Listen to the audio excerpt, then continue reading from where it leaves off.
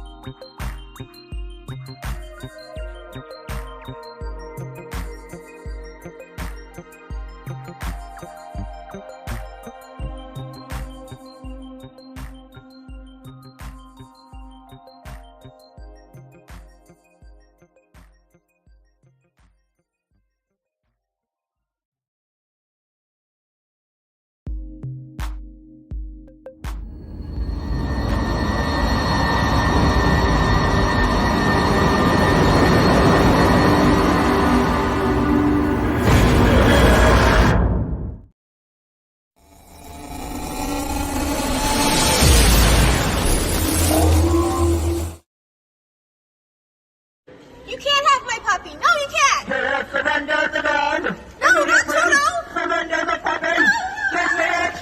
I will have the dog.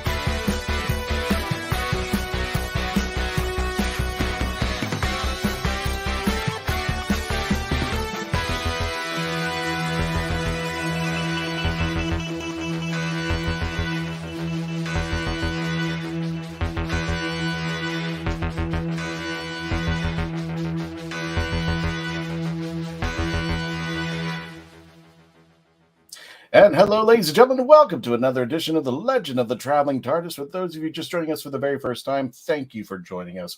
Welcome, and please make sure that you are subscribing to our YouTube channel. Right now, if you haven't had a chance, go over to youtube.com/The Legend of the Traveling TARDIS. Also, a lot of you, thank you for following us on Facebook, facebook.com/The Traveling TARDIS. Now over 68,000 followers and climbing. I mean, we're getting up to 69 almost, and we're almost there. And thank you for your help, because all the support, everything that you do to help us get to our goal, we really appreciate that. Thank you very much. And today, as you can see on your screen, we have a special guest today, an interview with artist Kelly Yates. And who is Kelly Yates? Well, you're going to be finding out very shortly out there. What I'm going to do is something a little bit different. Let me go ahead and bring in the team. Voila. But let me go ahead and unmute them, because let me go ahead and say hi to everybody. Hello, Nick Smith. How you doing there, my friend? I am doing great. Thanks for asking. All righty. From the Cosmic Mask, and also Dave Chapman from the rathole.ca. How you doing there, Dave? He's just looking at his screen. He's looking very. He's deep in thought. I think he's doing well. I mean, he's not. Me or Nick? Okay. Me or Nick? Because my screen just froze, so you might be making fun of me. Okay, that's fine. Okay, let me start it over. Dave from the rathole.ca. How you doing there, my friend? You're making fun of Nick. Okay. Hi. Nice. Professional Kelly, I swear to God. We are professional. In fact, in just a moment here. Kind of. But you know what? I'll do it right now. This is going to be something slightly different. You're going Hold to on. be... Boom. Should have moved a little bit. Melanie's going to be hosting the show today. How you doing there, Melanie? Welcome. I'm doing quite well. I'm very excited to be playing the host part of this this little journey that we're going to have. But mostly, I'm very excited to be speaking to this gentleman over here. We are very excited. Let me bring up his headshot, because it's quite wild that we actually have Keanu Reeves here. Yeah, I wasn't going to go on an episode without this. There, Mr. Kelly Yates, Get the joke artist done. here. Yes, just get it out of the way there. Yep. So you're just Kelly trying to get it Yates, out of the way. Yep, Just artist and stunt double for a very particular Hollywood man. How is it going there? I think Kelly, how's it going there? Welcome, and thank you for joining us here at the Legend of the Traveling TARDIS. Tell us a little bit about there. Well, thank you for having me for my first experience of the Legend of the Traveling TARDIS. I'm excited to be here. I will say, people say like, hey, you know, you kind of look like Keanu Reeves. I kind of think he actually looks more like me than I There look you like. go. There we go. There you are. So, but I've gotten it for years, even with short hair. Just it's even since like Bill and Ted, Point Break, all that. So it's not a bad thing. How long have you been doing those Wick movies? You know, I'm not hosting there. It's all up to Melanie, and I'm going to be doing your chats, so I'm going to be doing chats out there. So, Cool. Melanie, take on over. I'm gonna. Okay, so I guess I'm starting on over. So we're going to start with the first comment, which is nothing but question marks. That's. And I think this is just Chip. I think that was just a little pre-show kind of. Yep. Got in that. But let's go ahead and we're going to say hello to Andrew. We say hello to the Rebs Rating Rants. Nico Bat, thank you for joining us. Yep, and then we got a lot of people out there. And Dave, just because he wants to. And the Candyman says hello to everybody out there. How hashtags works, right? He's just meditating. There you go. Sure, just skip over all of that. I had comedy gold in those comments. I listen to Comedy gold. woo boo, woo boo, woo hoo. Hashtag down autocorrect. That's how hashtags work. You know, leave it to the professional. Tom. We'll give it back to Tom. There you go. Tom is right Keep there. going. There's 2 comments. There you go. There you go. I usually do the comments. Mark there we Robinson. Go. There we go. John Wick 5, Legend of the Traveling TARDIS. Yeah. Let's go to the current ones. And then we got the Matrix 5 on Gallifrey. Nice. Okay, so I'm just going to start off with that. Now, we were chatting a little bit before we went on air and everything, and how I was kind of reading through your CV and a little bit on the About Us page on your website, artofkellyyates.com. No, Kelly Yates Art. KellyYatesArt.com. Yeah. But then when you get on it, it says the art of the. There goes my brain. I'll make things clear. You know, muddy it up a little bit. Muddy it up. Why not? There it is. On here. So you started drawing a little later in your career. It wasn't something that you were kind of doodling while you were in college. So can you tell me when did you start getting the creative bug and then realize, you know what, I'm going to nurture this? That's always a great question. Always, for me, it started. I was always into comic books starting about 12 years old. I got into them, started kind of exploring a bit. You know, I was in school. I was kind of playing sports. I was playing football. I actually played a year of college football. And I was those guys got pretty big pretty quick. I'm like, this is not supposed to way. But, you know, I was doing these more athletic things, and I was going to the University of North Carolina at Greensboro, studying exercise sports science for 3.5 years. But in the background, I was reading comic books, enjoying that type of sci-fi culture. And, you know, I got 3.5 years into my program, and I'm just like, I don't think this is what I'm supposed to do in my life. And so I always kind of doodled a little bit, you know, kind of drawing a little bit on the side of the paper in the classroom. And literally a guy that went to school with us goes, man, you want to be an artist? And I was like, I wonder if I could. So I actually start working at a comic book store. At night, I get home and doodle and keep drawing, you know, get like anatomy books. And when I turned 21, I was like, I think this is what I'm supposed to do. So I ended up going to a place called Guilford Technical Community College because I didn't even know how to turn on a computer. Literally my first class there at this community college, the guy's like, okay, we're going to turn on these Macintoshes. And this is like 93, 94. We're going to turn and we're going to start up paint and do pixels and blah. I mean, this was like pre-Photoshop 1. I mean, this is what it was. And I literally raised my hand and I was like, how do you turn on a computer? Everyone has to do something first. No matter what, everyone has to do something for the first time. You don't get just, you know, spit out at the hospital from your mama and go, okay, well, I know mathematical science. Like, no, you got everybody's yes. And from there, and from there, it's just this gradual building, learning how to draw, studying art books, studying other artists, learning tips and techniques from other people, and just kind of like it's just years of applying it. And I think I've been pretty successful. So were you drawn to a specific medium at first and then moved into like the digital age as it kind of grew along with you?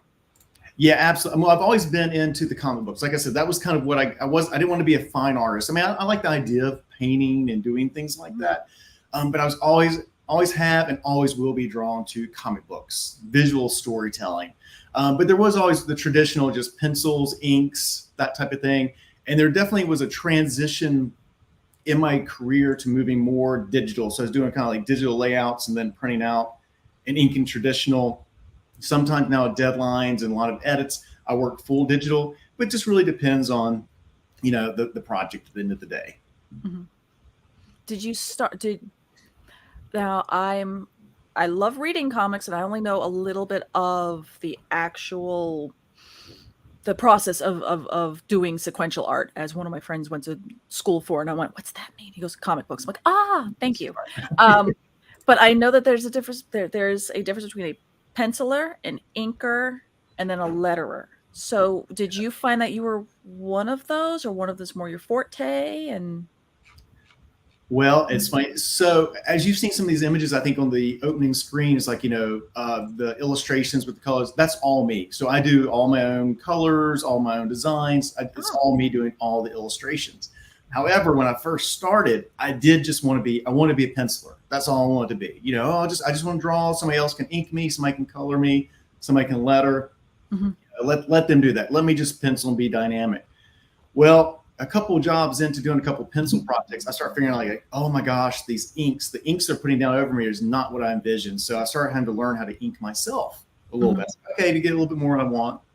Then the more I started getting projects out there, some coloring projects, I was like, oh gosh, this is not what I wanted. This is not what I wanted. And again, it's nothing against like anybody. It's just not what I envisioned how I wanted my art to be.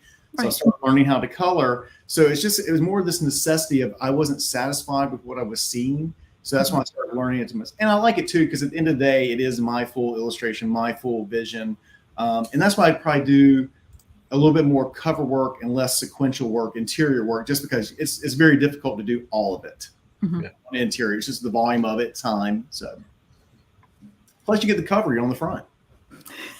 And that's really the important thing, right? Right. Oh, next to the paycheck, of course. Right. Sometimes more, yeah. Yeah. This doesn't pay much, but it'll give me a little bit more notoriety. It is tricky. What was your first comic job? Like, how did you break into the industry? Because I mean, I'm more familiar, and a lot of our audience is going to be familiar with you with Titan, with Doctor Who, and Doctor Who podcast, all this fun stuff. But what was your first?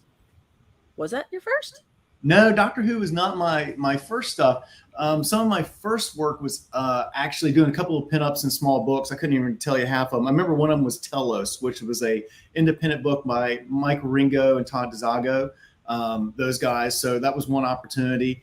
Actually, Michael Ringo, who he was one who actually tried to get me my first job. This was all kind of like pre-internet. And so somebody said, hey, Mike's trying to reach you by phone. So we missed an opportunity to do something early on in my career with Street Fighter, which would have been really cool to do at the time, but missed opportunity, but it is what it is.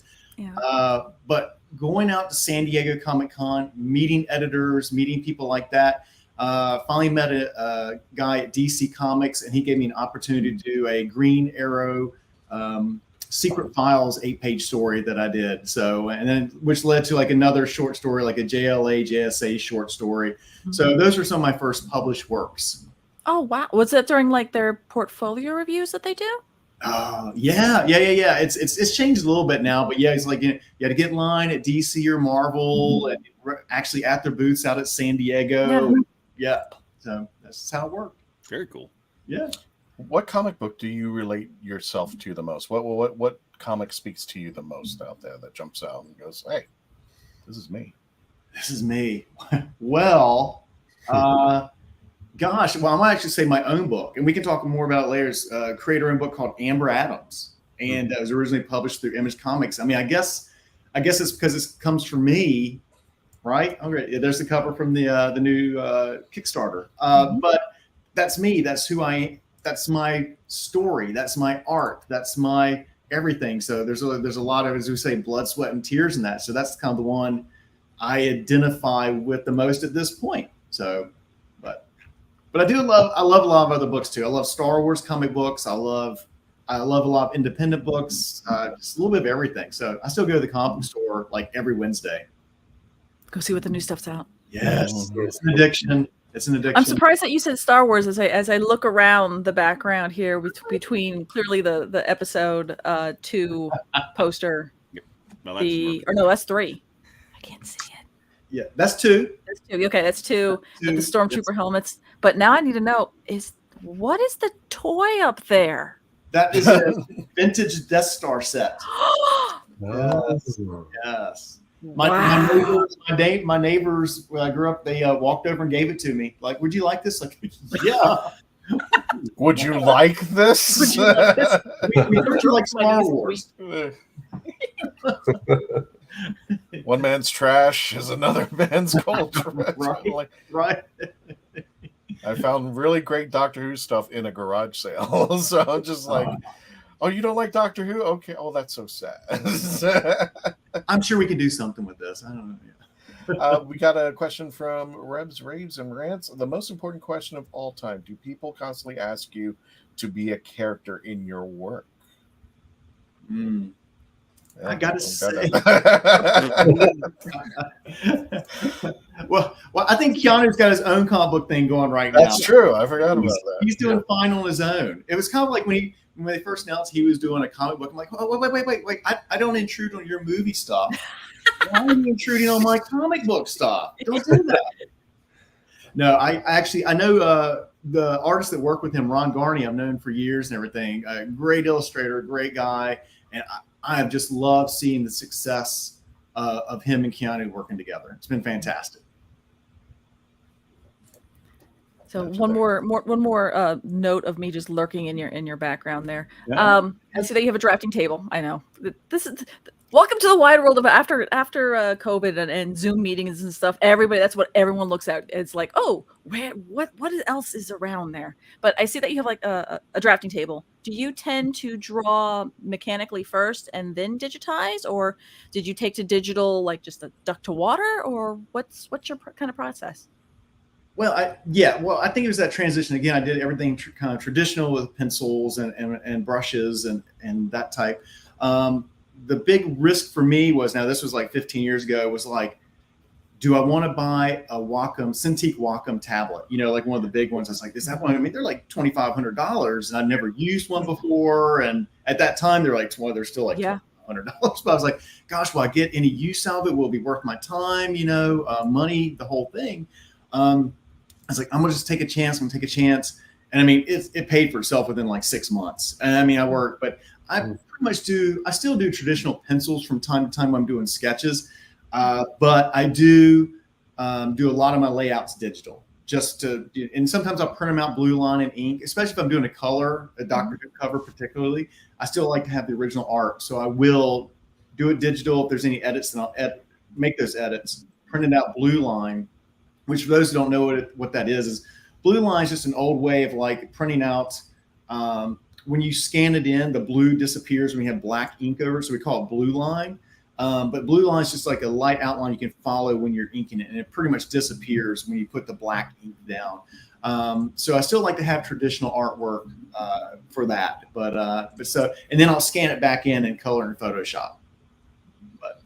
But if I do have to work just because of deadlines or something, if I have to work full digital, Photoshop and Clip Studio Paint are my go-to tools. Mm-hmm. Yeah. Okay. But I do use the graphic tool. So.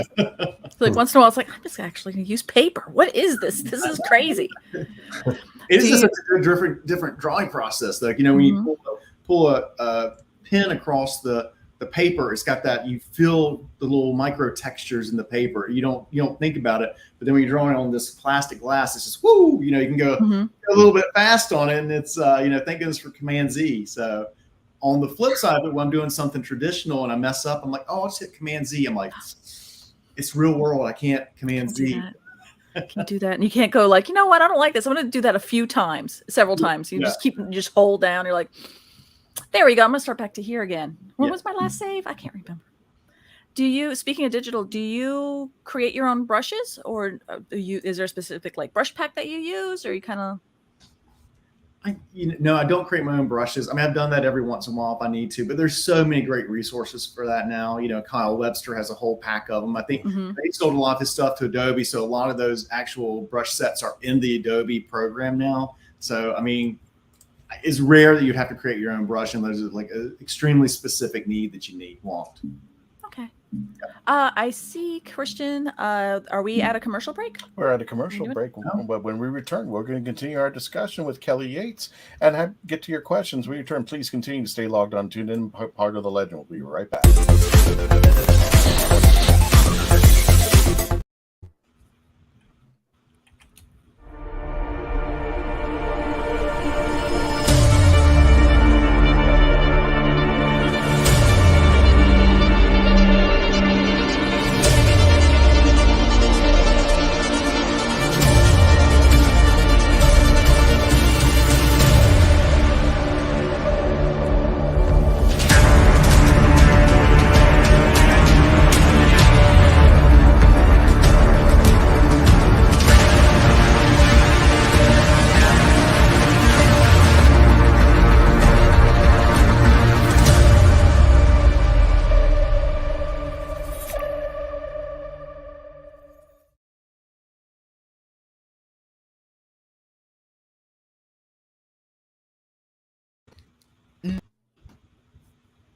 Meet the Doctor. I'm the Doctor. But not the one you were expecting. All right, sexy.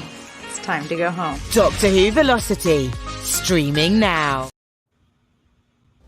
Oh, brilliant! It's hard to believe that in the 56-year history of the greatest sci-fi television show in the English language, there has never been a fan guide to Doctor Who.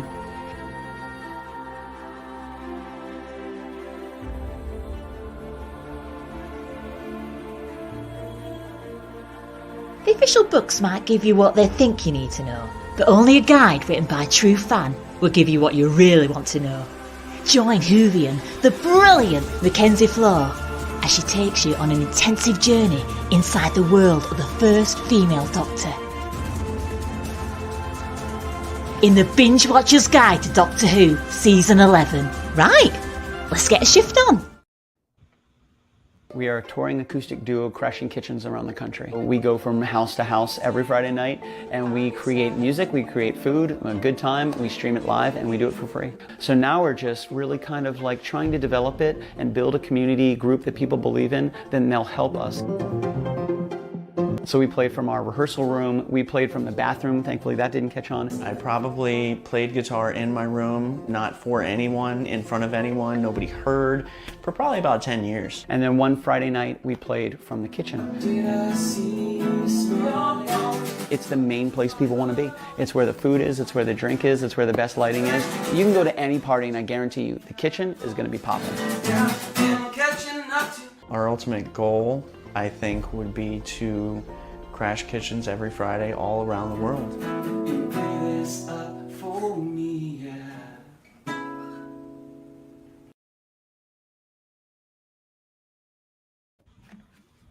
We're back. Welcome to the Legend of the Traveling TARDIS. My name is Christian Basil, and we have a special guest, our interview with artist Kelly Yates. And today I'm going to be doing production, and Melanie is hosting this particular episode.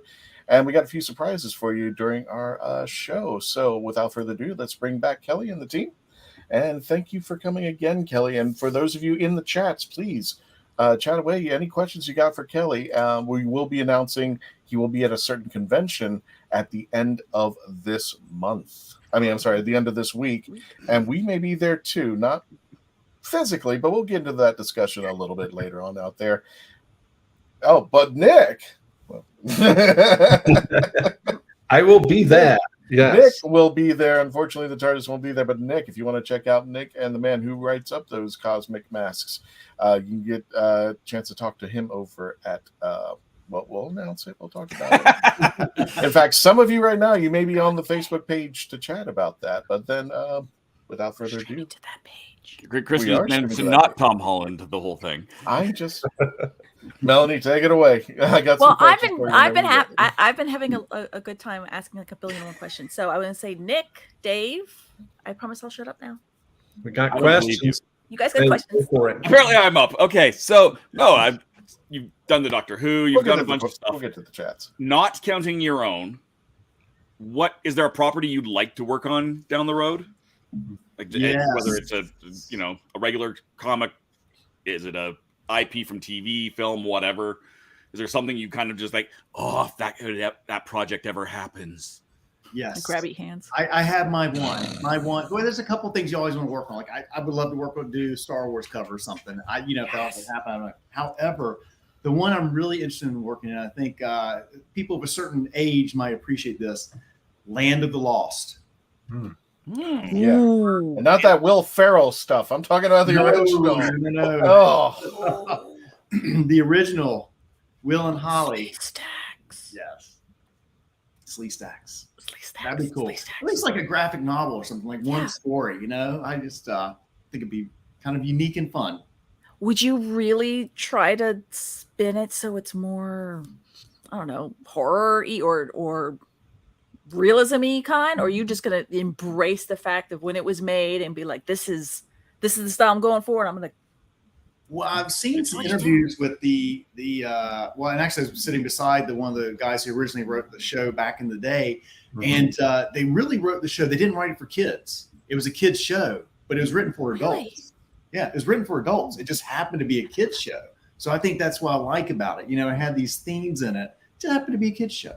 wait a minute. Wasn't a part of Sid and Marty Croft? Or am I thinking something? Oh, okay. I didn't know that. That's weird. Yeah. Okay. Yeah. But that tone, I can see it as a show nowadays. Like if you kept that tone, you can make it a little bit darker, like a Stranger Things vibe a little bit, maybe. Anyway. Ooh, that would be unreal, especially if you just with the lighting and the sound and just production value going, okay, this is where we're going with it now. Yes. If you were to take over, would you modernize the characters or would you keep them from the same time period as the 70s show? The nature of the shows, I think you could do any time period. You could keep those 70s characters and still bring in somebody from like the 2050s or something, I guess. Gotcha. Why not? There you go, Edward. Doctor Who, timey-wimey, right? Right. Land of the Lost. Really cool. It's sad that I'm like sitting here going, imagine if you actually just filmed those with the original scripts, except you just put all the production design, all the direction, and all that kind of stuff. And yeah, you might have to tweak some of the script, at least more dialogue, whatever. That would be insane. But then I'll just do it in comic form, and it's like, oh, yeah, I want this. Well, that's when people complain about the classic Doctor Who stuff, like, oh, I can't watch it because of X, Y, and Z. I was like, there are stories there that will go toe to toe with any modern stuff. Yeah. If it just had modern graphics, if Genesis of the Daleks or something like, there's so many great stories there. But doing like modern graphics, I think they would be toe to toe with any of the new Who stuff. Mm-hmm. I would love to see the talons of Wang Chiang brought up to speed. Oh, yeah. I just want to see how they do Mr. Sin. And if they bring Roy Deep back to play him, how it would look. That would just be the bomb out there. Melanie, it's up to you. I got some questions in the chats or gentlemen. I was going to say, Nick, I haven't heard your voice yet. Yeah, let's back up a little bit. You were telling us that you were reading comics when you were a kid. Is there one or a particular ones that kind of stuck in your head that maybe inspired you a bit? I know the comics I read as a kid, certain ones have stuck with me years and years later. Yes. How about you?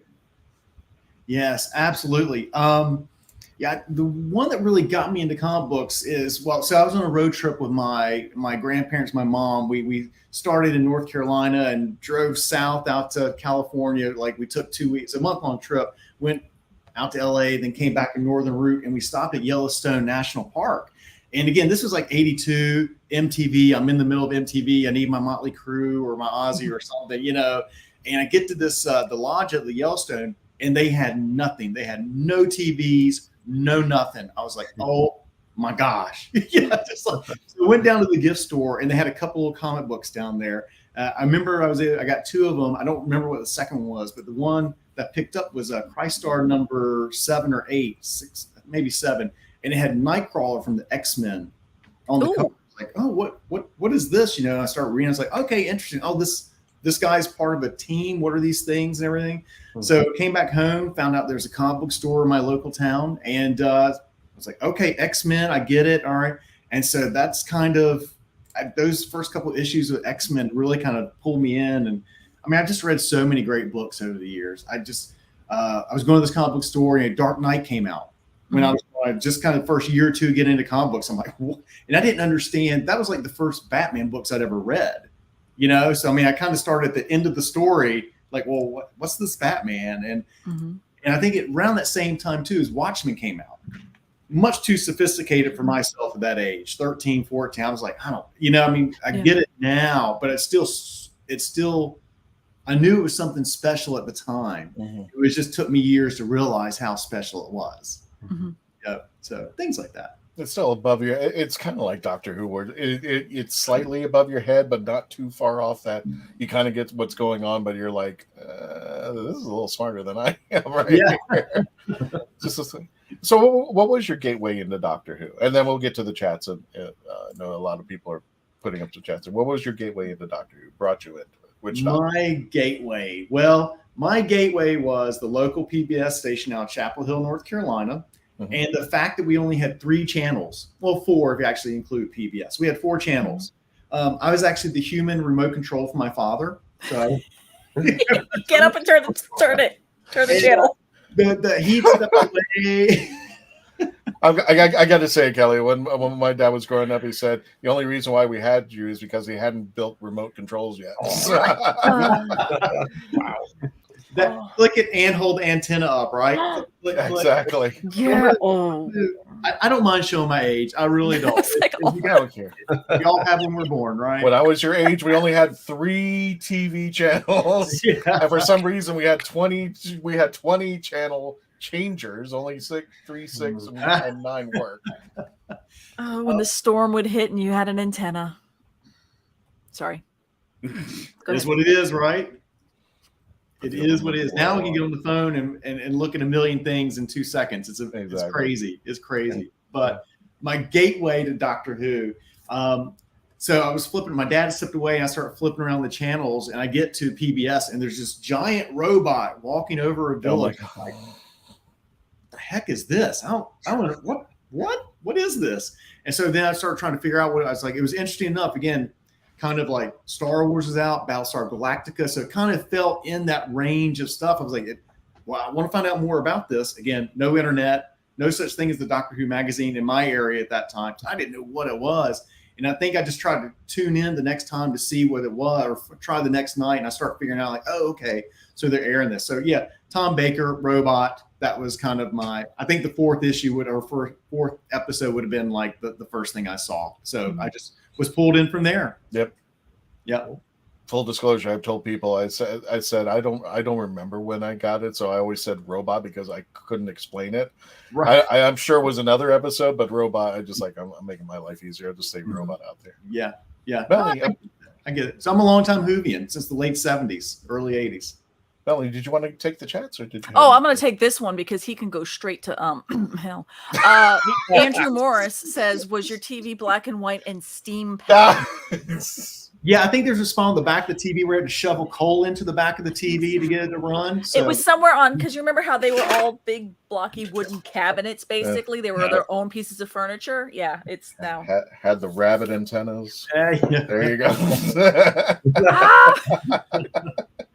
Sorry, Andrew, you know I love you. But had to tap them every now and then just to make it.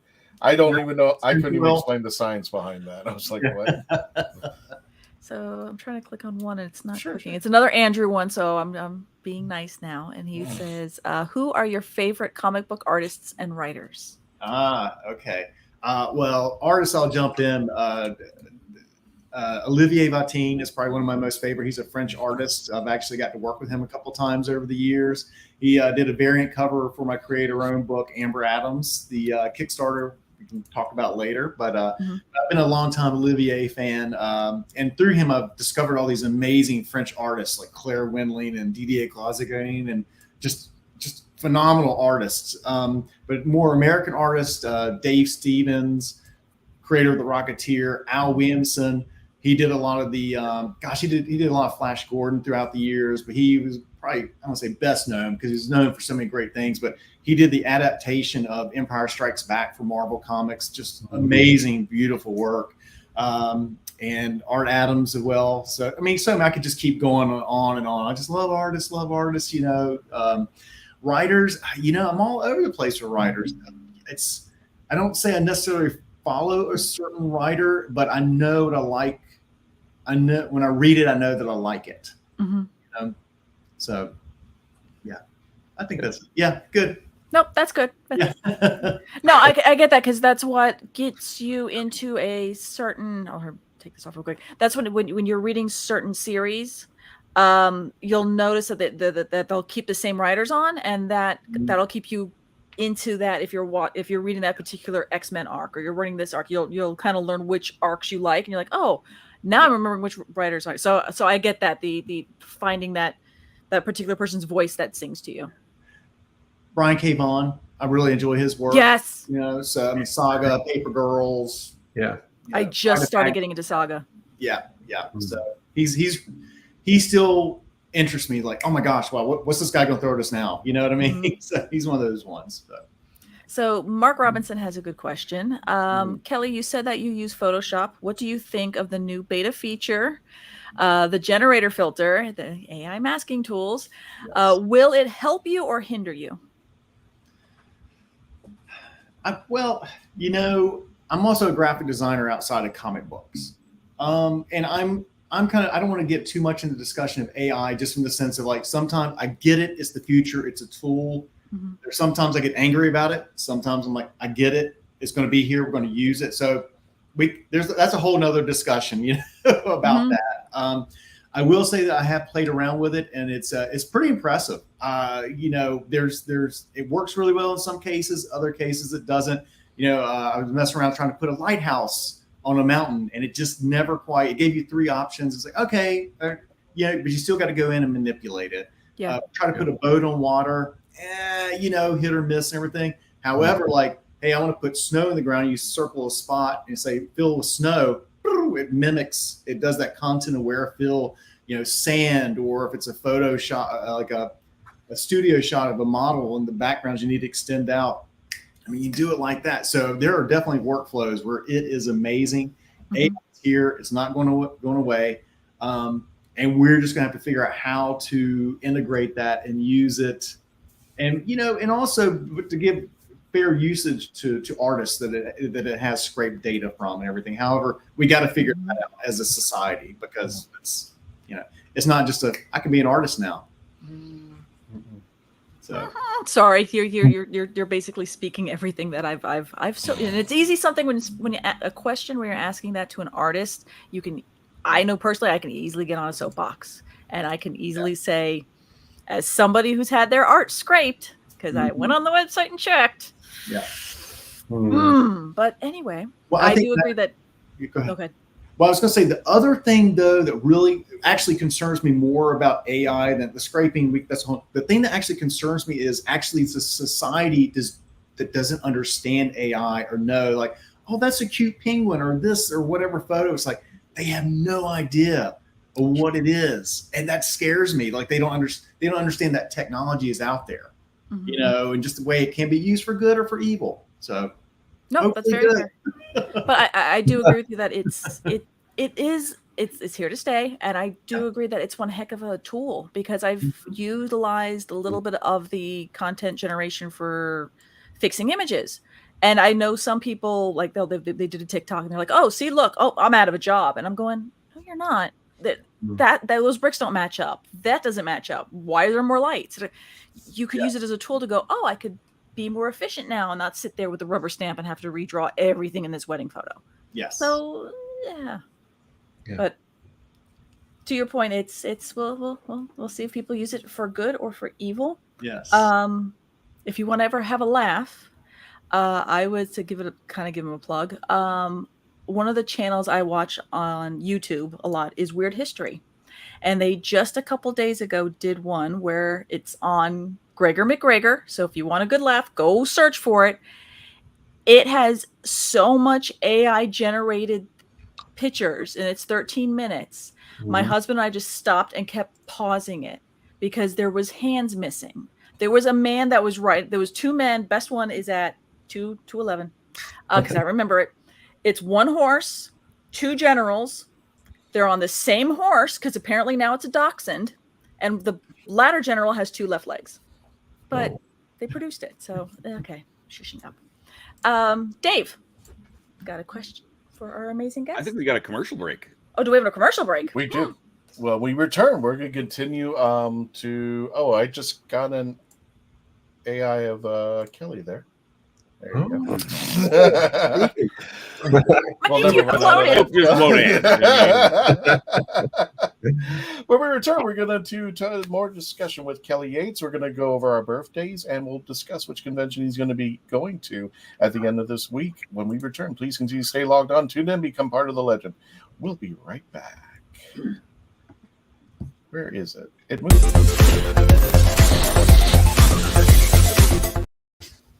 You have more options than ever before when choosing a film, a television or internet series, a book to curl up with, or even a radio show or podcast.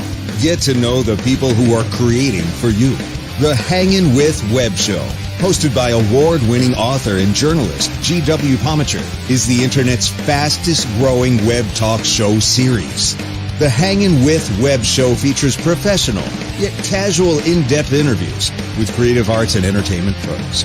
Meet the people behind a digital revolution in creating more quality content than ever before in the history of media. Find the Hangin' With Web Show on YouTube, Facebook, or Twitter, or simply go to www.hanginwithshow.com. That's www.hanginwithshow.com.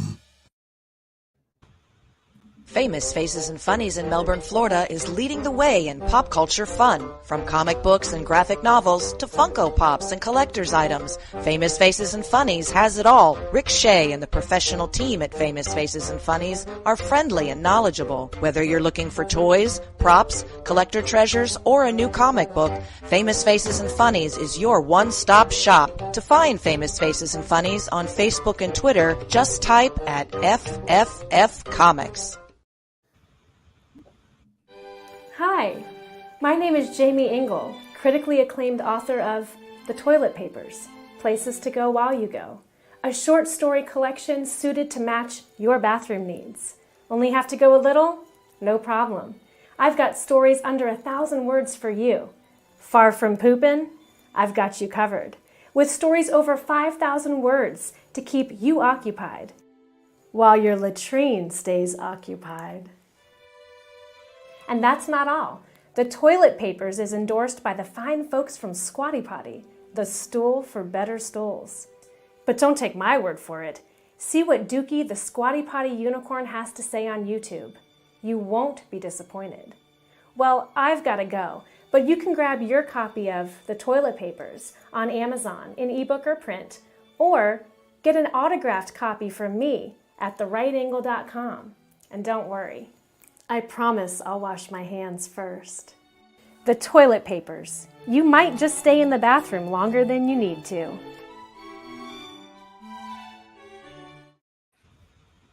You know, it's funny. I love watching our guests backstage react to the toilet paper. It's amazing. You can see the back. Yeah, everybody's like, is that for real? This is a spoof? What is that? Nope. That's a paid advertisement, my friend. Paid advertisement. And again, she's amazing. She's not only amazing, Kelly, she put out a movie called Just Jake. She put out a movie that she wrote, and it's I can't wait to see it out there. So congratulations to our friend Jamie Engel for putting out the movie out there. Can't wait to see it out there. Plus, we want to give special kudos to everybody who had a birthday. Now, a couple of these I think I did last week, but I forgot to. If I brought them back, I apologize, but we'll celebrate again out there. Pearl Mackey, she celebrated her birthday on May 29th. Mark Shepard, the man who's done every freaking thing in sci-fi and Super Hulock and more. He celebrated his birthday on May 30th. Everybody may be familiar. Speaking of Firefly, Jewel State celebrated her birthday on June the 2nd. Bumping over to Battlestar Galactica, James Callis celebrated his birthday on the 4th. And today, for all you Harry Potter fans, Jason Isaac, or basically your Star Trek fans, if you know him from Everything Discovery. fans. Everything fans celebrates his birthday today. Everybody who's held the traveling TARDIS. My name is Christian Basil, and we're going to make sure that Mr. Kelly Yates gets a chance to get to hold the TARDIS one day when he gets his blood down out here. So happy birthday to that. And I want to make a great special announcement and a big thank you to all of our viewers, especially for our friends on the YouTube channel. We hit a milestone. This actually just came in an email, and I was kind of shocked about it. We made the announcement on Facebook, but we now have 450,000 views. And we've only been running for about 2 years. It's about 225,000 views per year. And amazing. Amazing. Thank you. Amazing, you guys. Thank you so much for viewing it. Whether you're watching everything that the rathole.ca, bits of the TARDIS, or the Game On series, or Simon's sci-fi series, as well as all of our episodes that you see here and all of our shorts. Thank you so much for just stopping by, giving us a chance for a brief moment to become part of the legend. We hope that you all will take the time, and we've earned your subscription to our YouTube channel, and join us on our Facebook page as we get closer. Thank you, Nick, of that. So 45, we're flying up to 500 to 500,000. So that's fantastic. Congratulations. Yeah, thank you. I want to see all these people who come by and just like, hey, stick around. We got other stuff out here. And if you go now to the Facebook page, not now, but if you go to the Facebook page, we took a little trip over to Universal Studios. And, of course, the 11th Doctor made a special trip back to see Maryland. And there were quite a few pictures over there, as well as thousands of pictures of the traveling TARDIS. But we're here for Mr. Kelly Yates out there here. Melanie, take it away. Well, I was going to ask Dave if he had Yes. So we've kind of circled around. Yes, you've done all the Doctor Who. What else have you done? Tell us more about the Doctor Who. Tell us more about what you've done. I mean, we can see it in the background here. We got some doctors here. I got some pictures, Kelly, if you want me to run these up. Yeah. Tell us what you've done. Tell us, if you can, what you're gonna do, and maybe what you'd like to do. Wait, what's going on over here? The Vortex shirt. I can't see if I'm seeing it. Yeah, now yeah, we can see it now. Yeah, we got it. Yeah. No, I have been. Gosh, I've worked on so many things for Doctor Who. It's amazing. Comic books, T-shirts, toys, everything else in between. So, gosh, I was going to say, you want me to let me switch places with you so everybody can see you. Wow. I got some pictures to show everybody, Kelly. If you would like me to run down a few and you want to talk to them about us. Well, you know what? If you want me to jump back, we can also talk about how I got into working on Doctor Who comics. Yeah. Well, you want to do the sideshow with the art? Yeah, we'll do the sideshow as well. So, So, I said, longtime Whovian. The new Who starts to come out. IDW Comics had acquired the rights, and they started putting books out. And I was going to San Diego Comic-Con almost every year. Again, doing the portfolio reviews and all of this. So I was out there, and I wanted to kind of take my portfolio to IDW to maybe I get some Doctor Who work. Just so happens a previous studio mate of mine, a guy named Robert Atkins, was drawing G.I. Joe for IDW at the time. I was like, Robert, will you like please take me over, like introduce me to the editor? He goes, yeah, man, I'll take you over. Come on over and everything. So we go, and he introduced me to the editor, Denton Tipton. And he was looking through my portfolio. He goes, Kelly, I like your stuff, but we're booked up for the next year. There's nothing I can give you. I was like, I don't care. Long-time Whovian, I'll wait. He goes, it's going to be a year. I don't care. Pin up a cover, a short story, whatever. I just want to work on Doctor Who one time, just to say I did Doctor Who. He goes, okay, it's going to be a year. Good. I'll circle back with you.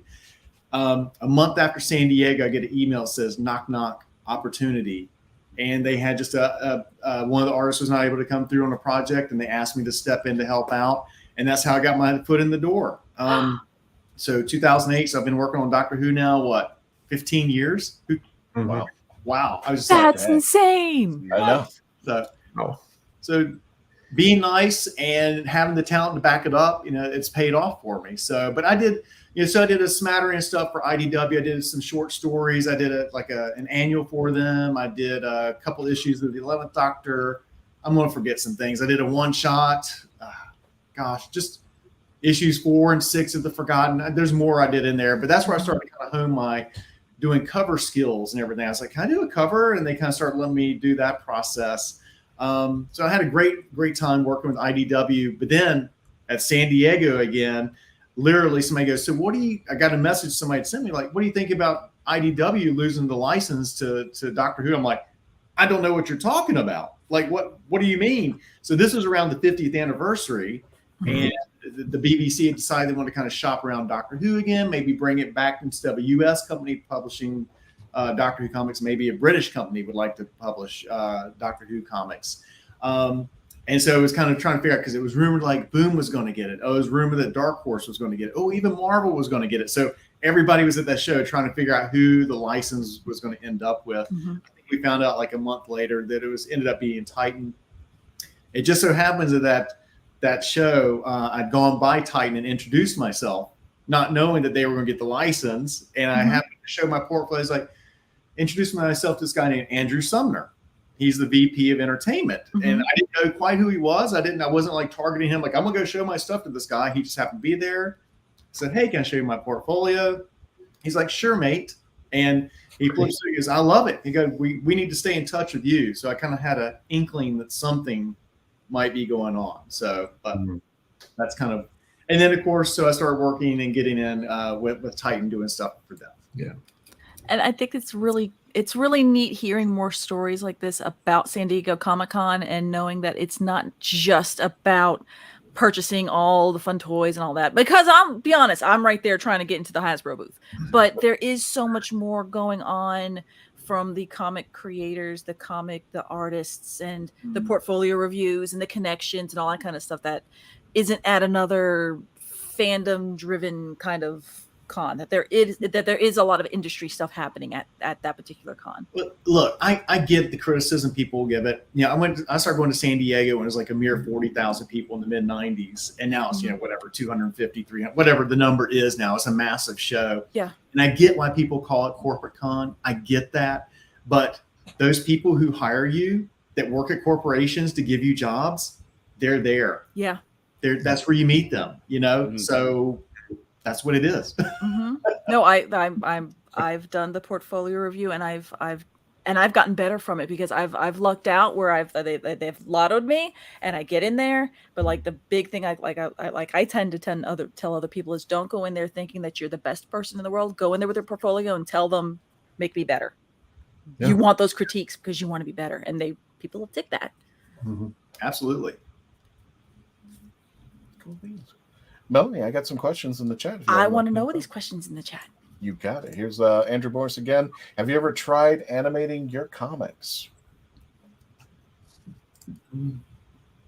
No, it's hard enough to get one panel out of me. I don't know. Would I love to see myself? Damn it, now you want me to make a flip book. Woo! Man, that's a talent and a skill. It's amazing. No, I haven't though, but I love to see my stuff animated. Yeah, absolutely. Gotcha. Eric I just says, I look forward to seeing you at Heroes Con next week. Yes. Back-to-back shows. Oh, wow. Yes. Speaking of which, let me go ahead and show everybody where you're going to be going this weekend. And we will be there too. Concastaburas. Our last chapter. Bonnie's yelling at you right now. Okay. Concastaburas. I'm remoting to her Facebook page, so cool. This weekend, June 10th and the 11th, you'll see Nick and Kelly there. It's the Holiday Inn Research Park in Mid-City District, Huntsville, Alabama. The link is there, but I'll go ahead and put it in the chat in just a few seconds for concastaburas.net. to get your tickets there. And Kelly will be there. I think John Barrowman will be there, and quite a few other guests will be there. But more importantly, all the Whovians will be there for the last supposed run of Concastaburas. So hopefully... Hey, Bonnie. Hey, Concave people. I don't even see her in the chat. She's probably asleep right now. Well, we had Bonnie and Matthew on. Was it last week before? Weeks ago. Yes. Yeah, I've lost timey-wimey. She was nothing but just complimentary of you and all and how like you're her like favorite person to be at the con, and that it's that it's not Con-K without Kelly. I bring the fun. What can I say?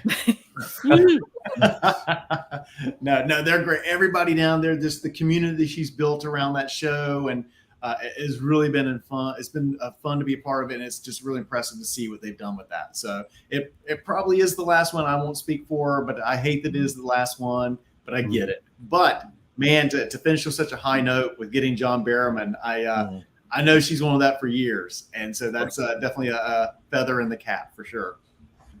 That's the showrunner privilege is just like, yeah, I want this person.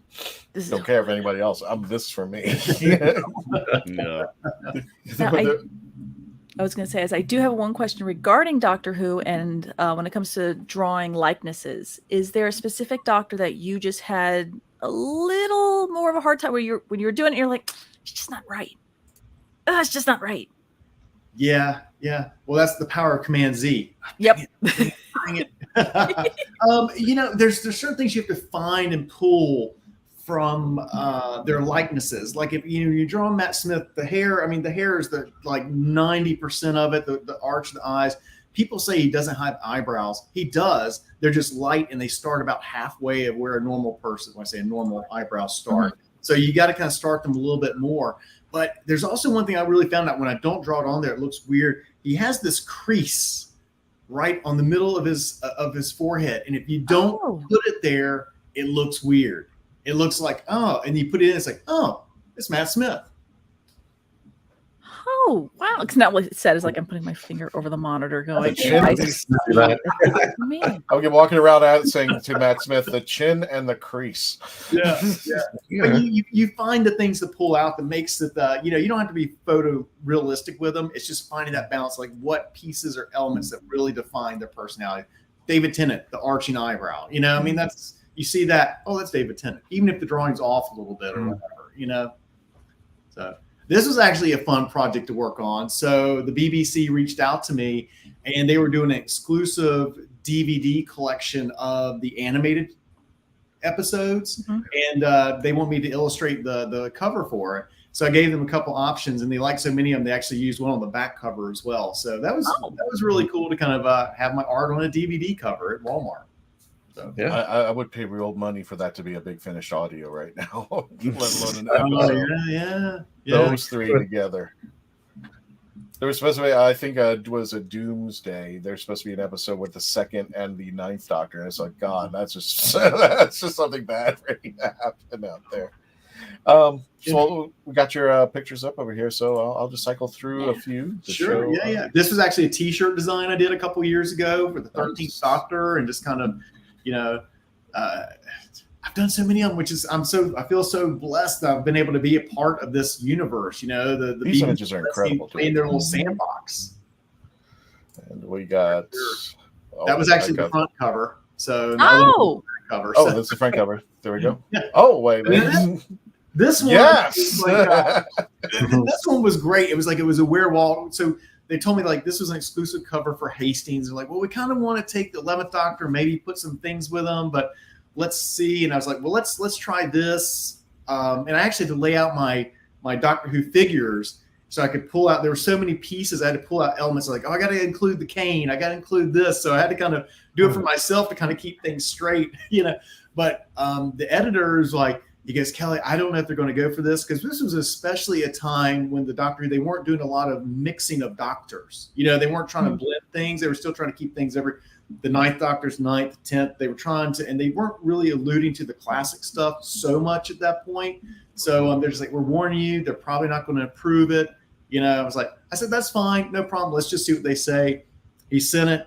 5 minutes later, they approved it. They love it. It's their favorite. Go ahead. So, but it was so great because it was this Where's Waldo type of thing. Because we got posted, everybody started like, well, hold on, wait, that's the 8th, vest, and that's the 6th jacket. And they started kind of going through the whole process of kind of like a Where Waldo piece with it. So that was really fun. That's one of I my paid favorites. real money to see Karen Gillan in the Six Doctors outfit. And as you see, like the scarf too. I mean, the scarf is not that long, but it's such a great design element. You know, you can make it 1,000 feet long. It's just so fun to play with. Ladies and gentlemen, we're just going to pause right here for just a second because we're going to end the audio portion of our show real fast, and we'll continue with Kelly, and we've got a few more pictures to show out there. But for those of you who are listening to the audio, thank you for so much for joining us. You continue to listen to us, or watch us, I should say, on the Facebook page of the YouTube channel. Okay. Well, you're talking. I know, but nobody wants to see me. iHeartRadio, sci-fi.radio. You can download the app for free. Odyssey, Spotify, Spreaker, Podbean, Player FM, wherever you listen to your favorite podcasts. Again, the Facebook.com/The Legend of the Traveling TARDIS, 68,000 Whovians and climbing. I'm watching two fools at the bottom. I know. We're also on TikTok at the Traveling TARDIS, and also make sure you check out KellyYatesArt.com and be sure to check out Concast Sturbers, where he will be appearing with Nick, not together, but they will be there together. And right now, if you haven't already, please subscribe youtube.com/The Legend of the Traveling TARDIS. Like, share, comment, and again, subscribe. For all of those who've been watching us, 450,000 views. Jeez, the heck. We've only been around for 2 years. I'll give us credit where credit's due at that moment. So everybody, we're going into the after party. We're going to continue our discussion with Kelly. And if you have any questions, please put them in the chat. We'll be right back.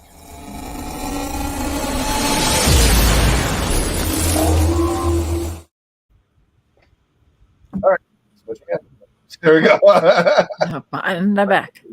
And we're back. Both of us. Some of us. I don't know. Like half of So me. So Andrew, I think dovetailing to before what you were saying before is which doctor is your favorite to draw? Favorite to draw? Oh, gosh, there's so many things. Tom Baker's tough to draw. Just all that curly hair, you got to nail it or you miss it, you know. But he's hard to draw sometimes. But you know, Peter Capaldi's really fun to draw. You know, just like the kind of stern face and the crazy hair. Just there's something about him I really like drawing. Is there a villain that you like to draw more than else? Because I just look at the Daleks going mathematical. I'm like, I've got to take a tool. Worst thing to draw. Everybody's like, when you sketch Daleks? No, they're the most. They're actually very boring. Actually, you know, what I mean, they're just like, you know, what I mean, they're very mechanical. You know, and yeah, they're tough. They're tough. Favorite. I don't know if I have a favorite to draw. Nah. I noticed this picture. The Fugitive. The Fugitive Doctor, Joe Martin. That's right. Yeah, that was really it's really fun. I mean, I've done this whole series of doctors in front of the TARDIS. You know, I think the only one I haven't done, it's not a lack of wanting to, it's just a lack of time because I'm a very busy person. We're all busy lives, but I stay pretty busy with my art schedule. But I want to circle back and do the first Doctor and the 11th Doctor actually in front of the TARDIS like this series. So I guess I'll have to do now the 14th one and of course the 15th. Okay. Are you slated? Whatever that actually is or isn't, I don't know yet. But are you slated to do anything with the 14th Doctor? I am up to hear non-disclosure agreements. But yes, I might be working on some 14th Doctor stuff. Very cool. Yeah, nothing I can announce, but you might see in the next couple of weeks before San Diego. Okay. He's only up to here, so there's still like a little bit amount. So to staying within your non-disclosure, your NDAs. I know that. I mean, if someone's telling you, okay, draw Joe, draw the 14th, not 14th, sorry, draw, all these other doctors. You can go on the internet and you have a wealth of reference material. Mm-hmm. Are you allowed to ask for reference material, or is it something kind of that you're given maybe one or two and then you're looking at the actor for other references? Or are you just like, I got this. Melanie, what are you even asking me for? So yes. So once you've signed your life away and all these documents and everything, I actually worked with the BBC and provided an art file. Okay. So I see not everything, but I see enough to give me the work, give me enough information to get my work done. Okay. So I have seen things. How about that? Nope, that's cool. Because I was just trying to think of that from an artistic standpoint. That I know some people really lean to needing references. Others can just, I got it, we're good. Well, let's just take the 14th Doctor, for example. There's so much, like, you can see stuff on the internet, like the pictures we've all seen leaked and everything for those who've looked. But it really is hard to get details and like that. So they share. I'm not on the inner circle with the BBC, but I'm definitely on a layer of the circle where I get enough information to get my job done. You know, like, because like the tie, like, you know, there's things that are important, like the plaid, the plaids that are in the suit, the 14th Doctor suit. There's things you just can't really see in those sneak peek photos so well. So I do have access to certain reference images. Mm-hmm. I'm looking at the Kawaii doctors, and I'm just like, every doctor is looking at me like I've done something wrong, but they want me to say that I did something wrong. Can you tell us more? Can you tell us more about how the Kawaii doctors started and how you honed this particular style to make them cutesy? Yeah, well, isn't it crazy? I mean, like, I have a toy line based off my artwork, you know, or my clay artwork. Right? Yeah. Because I saw them at San Diego Comic-Con. I was like, those are adorable. And then, of course, and they're in mystery packs. So you had to buy them and hope that you were getting them. And then if you're at the Titan booth and you were very, very kind and nice, you could do a mystery pack and then open another one up and they'll trade it. So I think Bonnie's here, but you got to sign up for StreamYard, my dear, or you got to allow StreamYard to fund it. But she said, someone said, "Thank you for all the nice things you said about the con." So I'm assuming that is Bonnie. It's got to be Bonnie out there. So so we remind everybody this weekend, Kelly will be at Concastabras, just in case it is you, Bonnie. .net. Tickets and info are available. Tickets are still available now. And you can check out John Barrowman and all the guests that will be out there. And you're going to be with a bunch of Whovians for the last ride of Concastabras by Bonnie and Matthew. And hopefully, maybe there'll be a regeneration there. Andrew Morris did pop up a question, says, have you done the Cushing Doctor? No, I haven't done anything. That's a good question. No, nothing. Weirdly enough. I love the Peter Cushing Doctor. Well, then... Yeah, because that's the only because it's one of those. I mean, I understand why 8 is sometimes in things, sometimes isn't, because Hello Fox and then all that kind of stuff. But then Cushing's is just that. Is he a doctor? Is he not? He's not canonical to the number line, but it is what it is. And speaking of John Barrowman, hey, got some Torchwood going there. Ooh. Yeah, that was a fun cover to do. So that was one. So. There was another one I did, like Ice Maiden. These are all covers for the Torchwood comic books. I don't remember this one, but there's a series that he wrote with his sister. So him and his sister wrote a series of Torchwood comic books, and a couple of these I think were for those books. So we're talking about the figures, right? So we start back to the figures or Torchwood. Which one? Figures. Because I like how this one has the grumpy face. Yeah, he's got wrinkles up there too, but he has. I saw that. I was just staring at it, going, oh, "Now I see what you mean." So how this started was, I mean, when you look at my artwork, you don't see like this Torchwood. This is the style I draw in. This is my normal, natural how I draw things. So the cute little Kawaii, that's not how I normally draw. But I'm a graphic designer as well, so it's in my realm of work, and I've done figure designs before for other things. Well, what happened is I get a call from Andrew Sumner at Titan, and they're like, mate, we have a meeting at Hot Topic tomorrow morning at 10 o'clock. And we want to show them like the 10th Doctor in this cute little Kawaii style in front of a TARDIS. Can you work us something up by tomorrow morning? So this is like 8 o'clock at night. So I was like, figured, knocked it out pretty quick within a couple hours, sent it off to them. They had the meeting. Hot Topic loved it. They made a shirt out of it. Well, it sold so well, they wanted to do some more Doctors. So we did like a version of like all the Doctors on, like these little Kawaii style figures of all the Doctors on it.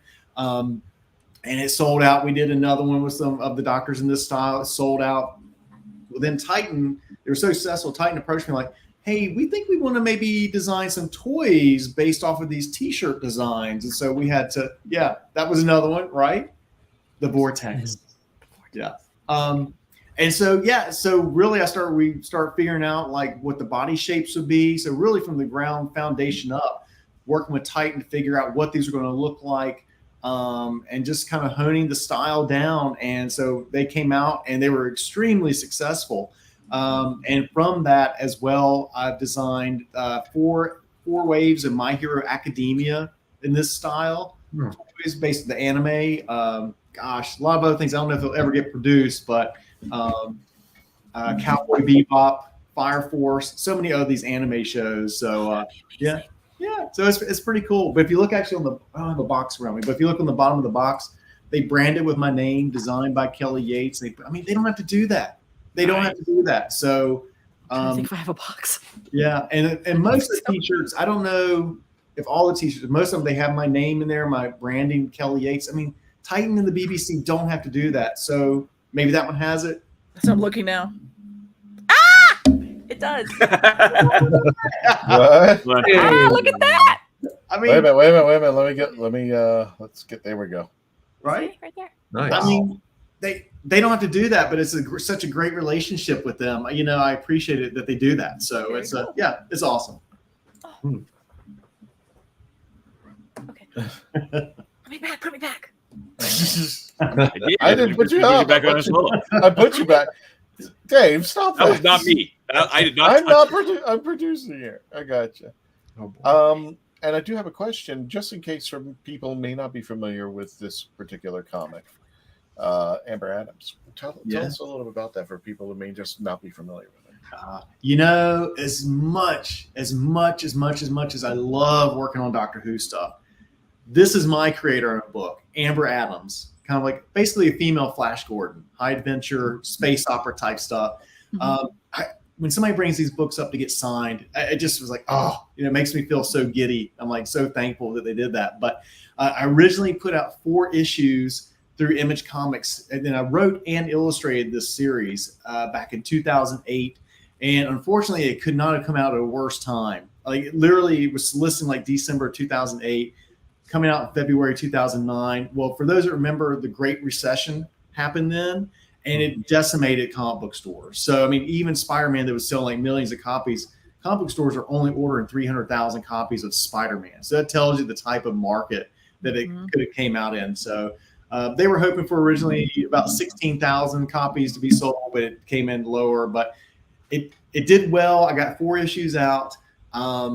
And I never got to collect it into a trade paperback. So what I did is I ran a Kickstarter that just ended a couple months ago, collecting the first 4 issues into a trade paperback for the very first time.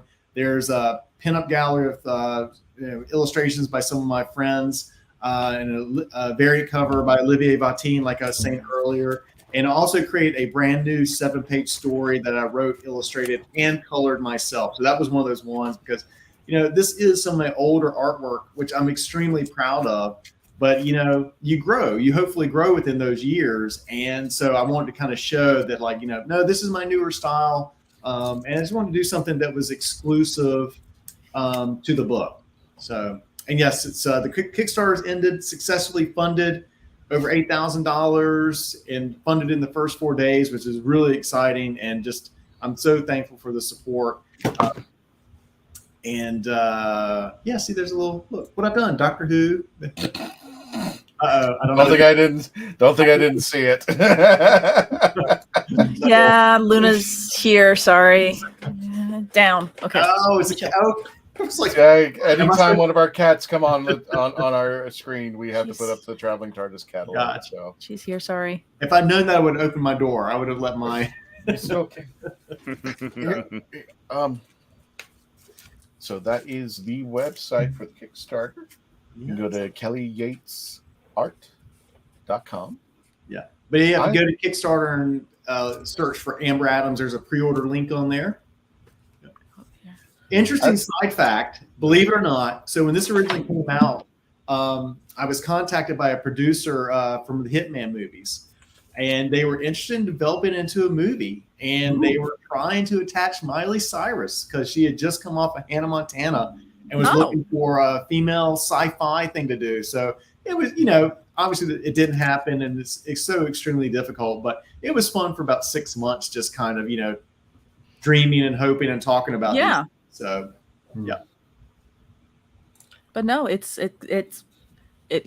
did it. You got it. Wow. You were able to reach your goal, and it's awesome that you're able to now. Again, people go on to Kickstarter.com. When you go into the projects, you could search for Amber Adams, and that you can find it here, and you can pre-order.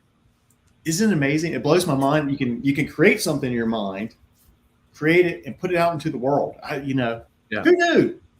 Right? Gotta stop sharing. I have a pleasant surprise, and I forgot that I had these. Moving around. Ken Spivey used to run Time Lord Fest down here in Tampa, Orlando, and in Central Florida area.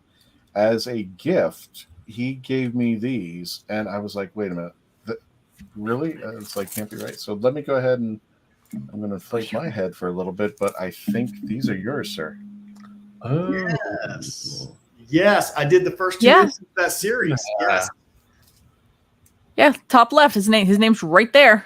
Yes. Yep. Now, Mark Buckingham did the covers on those. Phenomenal guy. I mean, Mark Buckingham's awesome.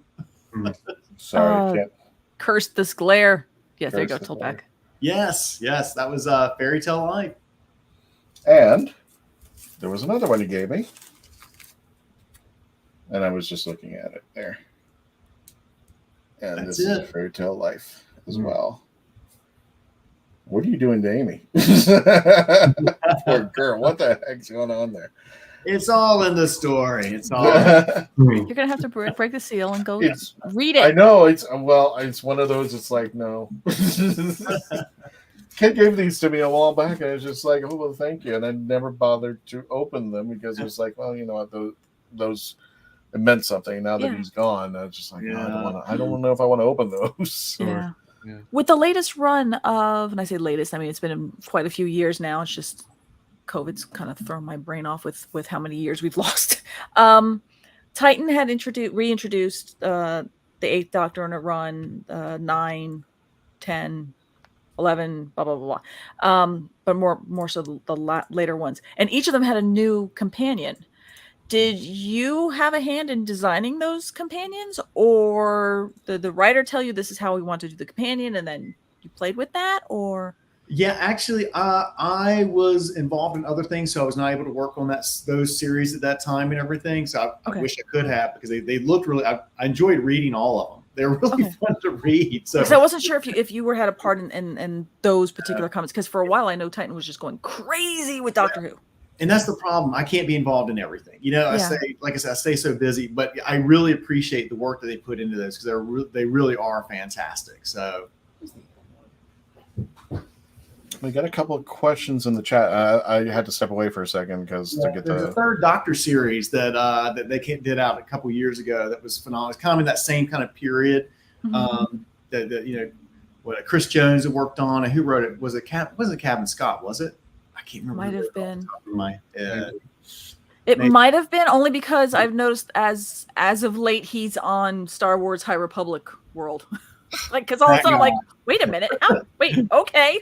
Star Wars High Republic novels, comic books. No, I'm the type of person that's a cheerleader for other creators. Like, man, awesome! I'm so happy that you're having that success. Mm-hmm. I just love seeing it. Yeah. We have another question. We do. I'll bring these up for you. I wasn't sure. Did you get to Marks and Andrews on Big Finish and all that? No. Okay. I'll go back.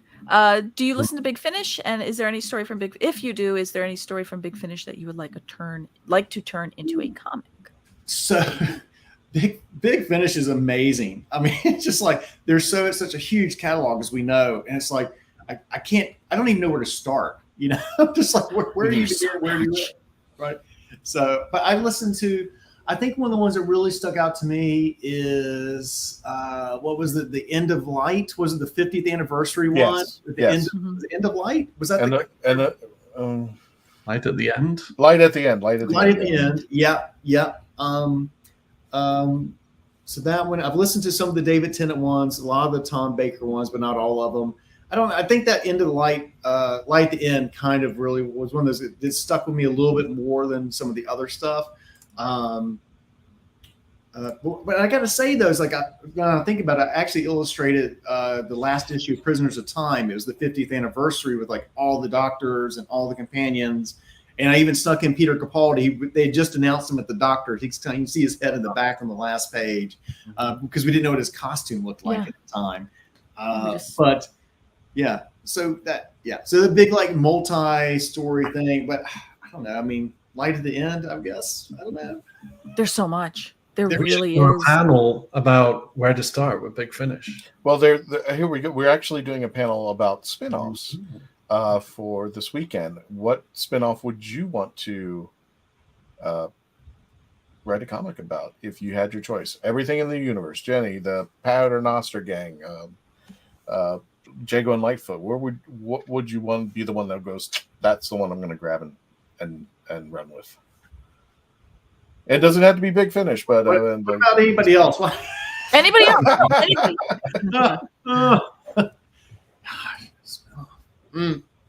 There's nothing you just looked at Doctor Who and said, you know what, that person or those group of people deserve a spinoff. Gosh, well, that's the thing. There's so many great ones, right? No, there's so many, and I think a lot of them just live in the TV world so much better because they did a Master series, the Missy series that Titan put out. I think it was last year, the year before. I think so. Where it was like kind of like the multi-doctor storyline. It was kind of like the multi-master story. So it was pretty interesting. So I thought that was I wasn't involved in it, but still being a fan, I really enjoyed the premise and where they went with it and the art. It was all really top notch. I can't remember the name. I think it was just Missy Comics or something like that. So that was a good one to check out. I will say, so stepping outside of Doctor Who, one thing I've always been interested in is Star Wars. I would love, I've always loved this character, Lady Vader. It was I just want to. I was just like, no, you just got to see Melanie's face as she's moving up towards the thing. Yeah, sorry. Yeah, I would love to do like a Lady Vader. It's this character again that was introduced in the classic Marvel run, and I just come. You could do a series about that, a mini series or something. I think there's enough around that. Yeah, that would be amazing.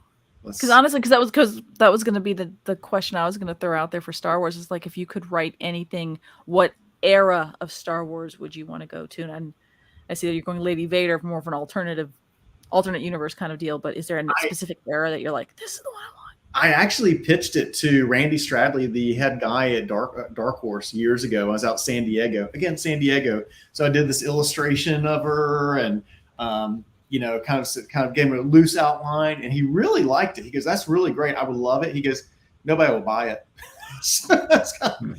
How dare! Well, let's be fair. I mean, there wasn't really a lot of Star Wars coming out when I was pitching that. We're not in this new hat. Sorry. So there are no hard feelings other than just I wanted to have something published, but it was like I get it. I completely get it. So, but I tried. You did try. I did.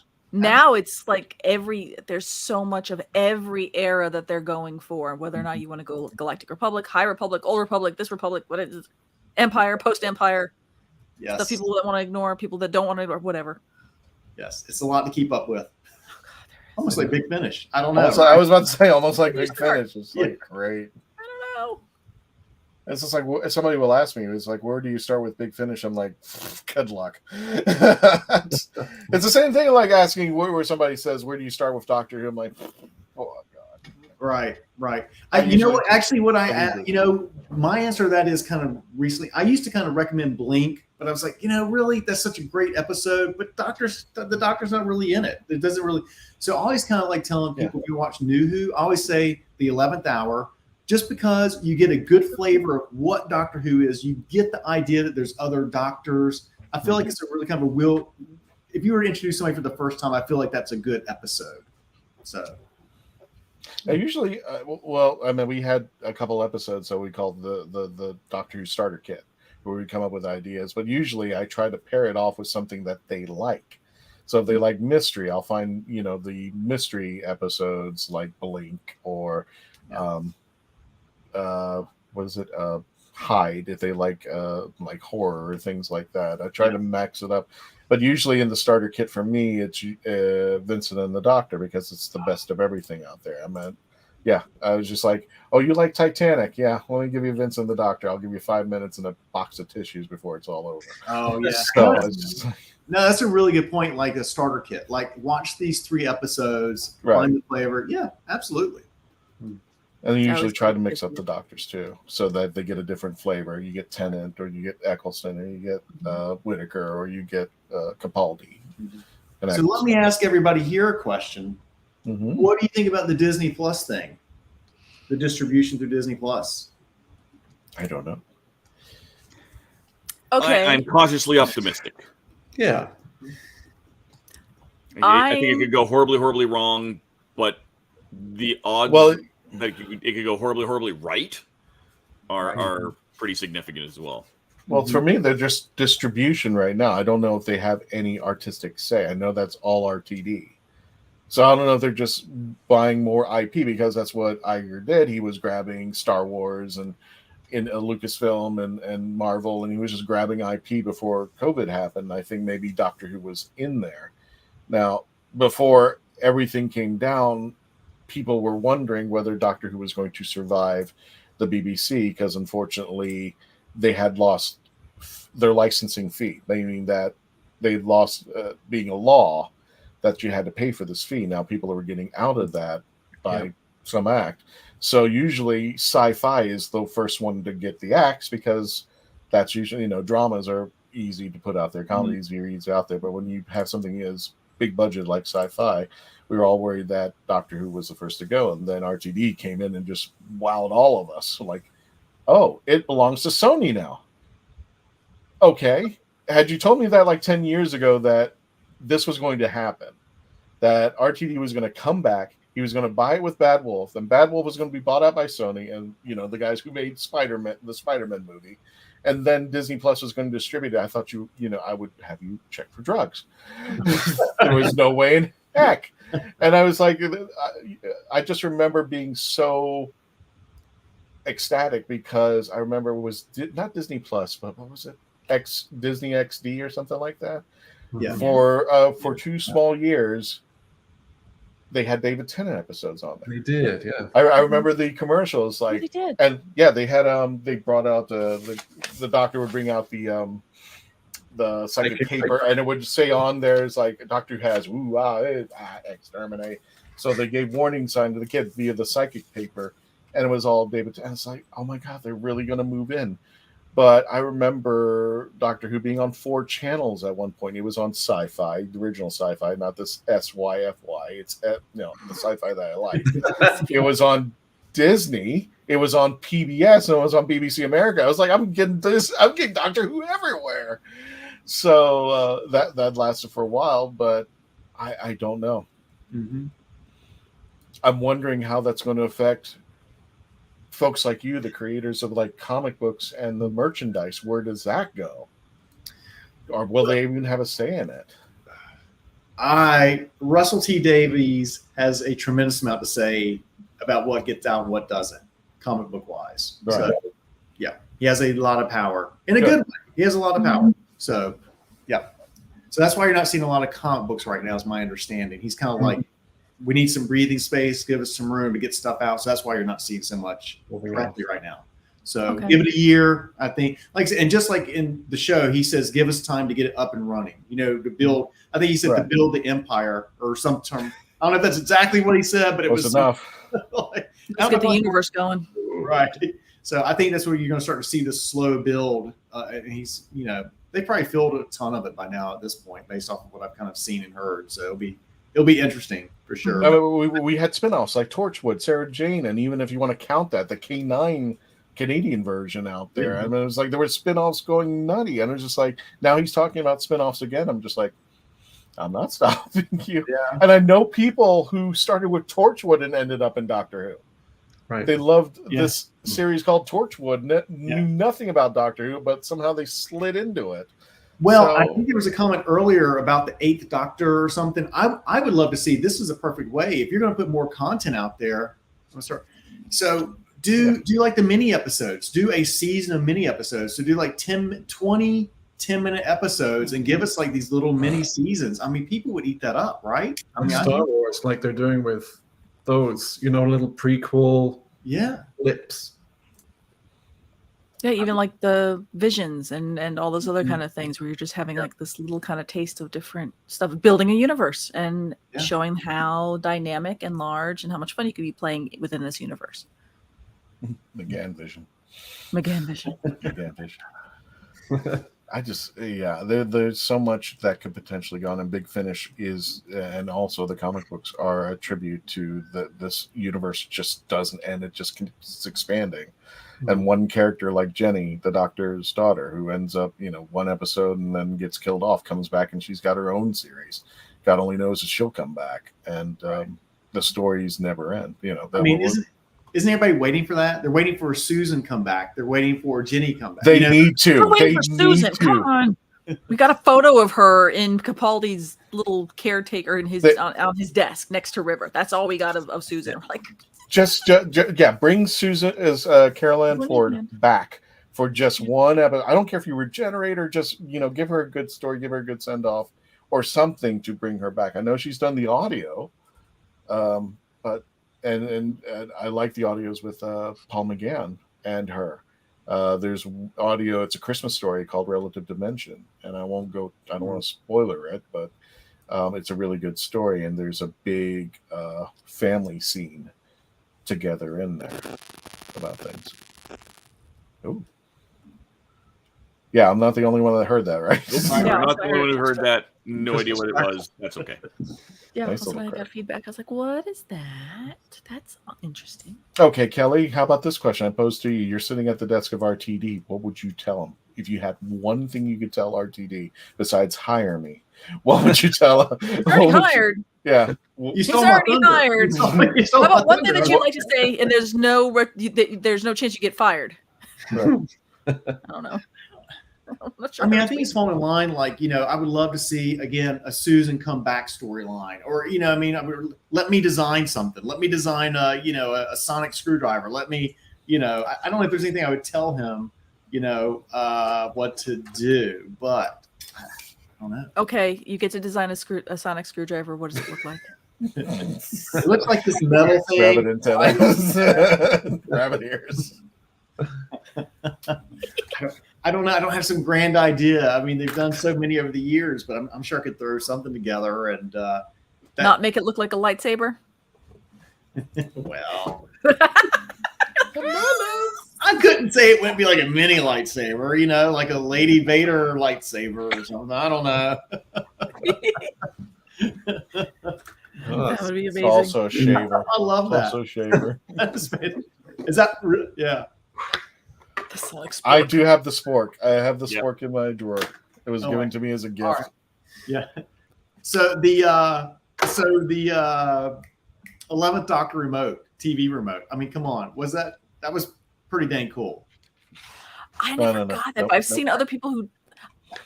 Nope. I saw it at Comic Con at San Diego, and I did play with it because they were trying to, sell it and all that kind of stuff. I'm like, oh, this is actually pretty cool. But I had already spent a lot of money. The 11th Doctor tongs. Those were my favorite. It was a huge. Yeah, I actually played it with Heather, who used to own Heather. I can't get her last name. Fedor. No. My friend who used to go around. She had a Doctor Who merchandise booth at the conventions, and she always had these Doctor Who tongs. It was the 11th Doctor's sonic screwdrivers, like this big, and you pulled it out, and it was just these cooking tongs. I'm just like, wow. So if you want oddities, that's the one I would go for. I would be afraid to put those things near a grill because usually all that kind of fun stuff was plastic. Yeah, exactly. Yeah. Well, the fun parts that go into the grill are not, but if you were to put it on the grill, that would be the end. But I don't know. So just let me run around the TARDIS set again. Which I got to do that. That was. Did you get to do that? I did. How did you get to do that? The 11th Doctor. Somebody got pulled. So I did my first show in the UK a few years back, and it was in Leeds called Thought Bubble, And this guy comes around. We start talking. We actually had a friend in common. We were like, oh, talking about art and everything. And he's like, well, what are you doing? I was like, well, my wife and I were just going to rent a car. We're going to go do this. We're going to go to Cardiff and see the, the Doctor Who experience. I'm here. Let me at least go do it, And like, he goes, would you like to tour the set of the TARDIS? I'm like, well, yeah, I would. What do you mean? Well, come to find out, he was a producer on the show for like a year, two and a half years. He worked on like the 50th anniversary special and stuff like that. So yeah, I got to go over there. My wife and I got to run around the set of the TARDIS for like a few hours. I took pictures and I went through everything. And a lot of those pictures actually used as reference for some of the pictures and everything. So it was the 11th Peter Capaldi's, the clean silver one. So like there were pictures I was taking of the guitar rack and I put it in, I hung clothes over it, but it was like the Who Lanta cover I used. It's where he's just for work. Yes. I need these photos. Reference photos. I took like thousands of pictures. Yeah. Speaking of wife, I want to congratulate you. Congratulations on your 19th anniversary. Oh, thank you. Your wife. Thank you. That was awesome. Yes. Leanne and you together 19 years. Yes. It's like, wow. It's like pretty. And we dated so we've actually known each other since, like 24 years. We've known each other, which is just, I'm so thankful. Just so happy and blessed. And man, yeah, it's been a great life. It's been great spending time with her. It's been a journey. It's a journey. It's a journey. It is. Yeah. And so another 19 and another 19 after that and another 19 after that. Wow, I don't know about that. Maybe one or two more. I don't know about three more. You're in the bathroom picking each other's dentures up. That's love. It's the seasons of life, I guess, right? Yeah. Yes. So just real quick, the thing that I find amazing with the relationships or our relationship is that somebody would choose to spend their life with you. I think that's one of the most amazing gifts ever, that somebody would choose. I know marriage isn't for everybody, but for me it is. And somebody's like, you know what? I want to spend my life with you. I think that's just amazing to me. I joke that my husband has to just deal with me. So I'm like, oh, thank you. Like that's still part of it though, right? Nobody was killed in the making of this marriage. But yeah, it was fun for her. She ran around the set. She's not a big sci-fi person. She's not. But to her, just so she's pulling levers, and she was having a great time too. What does she do? What does she do for a living, if you don't mind me asking? She's a much better person than me. She actually helps people, so she's a therapist, and okay. She's a brave person, because I like talking with people, and I might sympathize and empathize, but to help people in that fashion is amazing, because I couldn't do it. It absolutely takes a special certain someone to be able to help and compartmentalize for their own mental health and to assist others with theirs. So yeah, that's bravo to her. I mean, it also takes a special someone to be able on the other side of that to support her as well. Yes. It's important. Yes, let's talk about me and more, how much I support her. No, you're right. You're 1,000% right. Just trying to find the balance of like just being a therapist too, But one of my contracts is working for a psychology clinic. So yeah, no, I'm my psychologist.